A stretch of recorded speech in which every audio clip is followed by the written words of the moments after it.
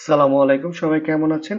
Detect স্টুডিওর পক্ষ থেকে সবাইকে জানাচ্ছি আন্তরিক শুভেচ্ছা ও ভালোবাসা।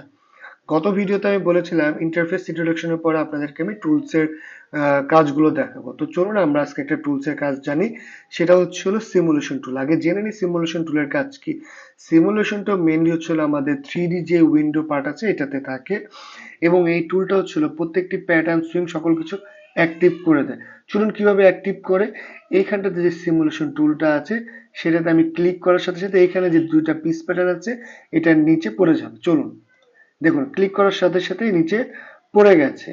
তার মানে কি আমার এই 3D উইন্ডো বারটা অ্যাক্টিভ আছে এই সিমুলেশনের মাধ্যমে। ঠিক এই টুলস দিয়ে আমরা যখন গার্মেন্টস সুইং কমপ্লিট করব, একটা একটা পার্টের সাথে জয়েন দেবো যখন, তখন এই সিমুলেশন টুলটা দিলে প্রত্যেকটা পার্টের সাথে পার্ট কানেক্ট হয়ে যাবে। ধন্যবাদ ভিডিওটি দেখার জন্য। পরবর্তী ভিডিওটা নিয়ে আমি আসবো আরেকটি টুলস নিয়ে। সাথে থাকুন। ধন্যবাদ।